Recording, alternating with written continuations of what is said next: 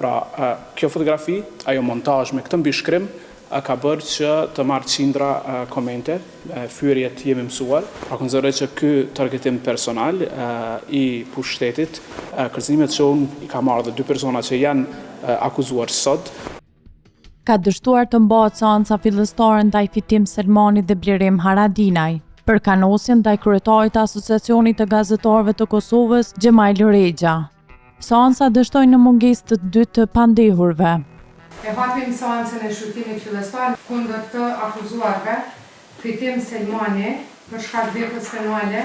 kanosje nga neni 191 paragrafi 2 Kodit Penal të Republikës Kosovës,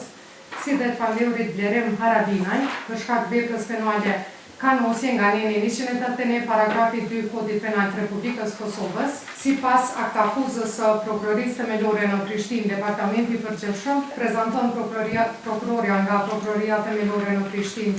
Rukie Sheshivare, prezanton i dëmtuari Xhemail Rexha me përfaqësuesin e tij të autorizuar avokat Yll Zekaj, mungon i pandehure Fitim Selmani, për cilin nga ftesa e datës 29/2025 është konstatuar se marrë si gjendet jashtë vendit, mungon gjithashtu edhe i pandehuri Blerim Haradinaj, për cilin nga ftesa e datës 4/11/2025 rezulton që ftesa nuk e ka pranuar personalisht, andaj mungesë kushteve ligjore në mungesën e prezencën e pandehurve, seanca e sotme nuk mbahet për të nuk kemi kushte. Rexha pas seancës tregoi në detaje për media se çfarë kanosje kishte marrë nga 2 të akuzuarit. Sot pra u mbajt seanca fillestare, shqyrtimi i parë gjyqësor për rastin e kanosjes. Në korrekt të këtij viti kam denoncuar në Policinë e Kosovës disa komente në 2 faqe të ndryshme që ka marrë kërcënime me jetë për shkak të punës time si gazetar dhe punës time si kryetar i Asociacionit të Gazetarëve të Kosovës. Kërcënimet në fakt kanë ardhur në muajin maj, kanë ardhur në periudhën e publikimit të raportit të reporterëve pa kufi që rendit të Kosovën në vendin e 99, dhe këto kërcënime kanë ardhur pas njësoj intervista që unë kam dhënë për mediat kosovare duke i shpjeguar sipas AKK-s arsyet pse Kosova ka rënë në vendin e 99. Ajo çfarë ka ndodhur në atë kohë si klim është që partia politike vetëvendosje, deputetët e saj, qeveria e Kosovës nëpërmjet formave të ndryshme e kanë fajsuar AKK-n edhe mua personalisht, por edhe zonjën Kusari, për rangimin e keq të Kosovës në indeksin e lirisë së mediave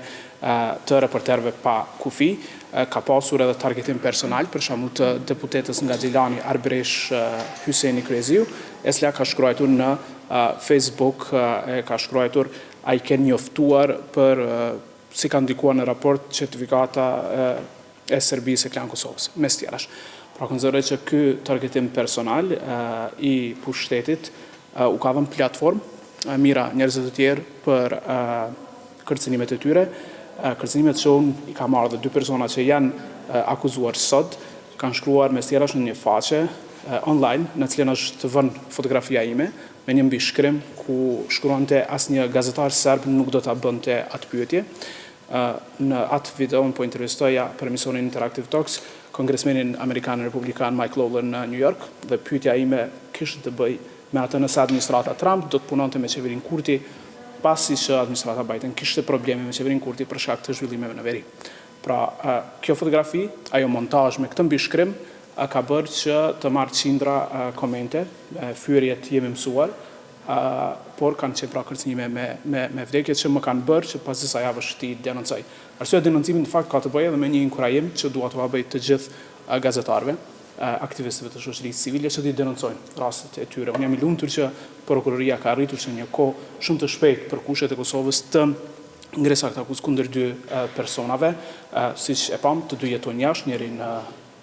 Suedi, njëri në Zvicër, nuk kanë mundur të vinë personalisht këtu, dhe shpresoj që në seancën e radhës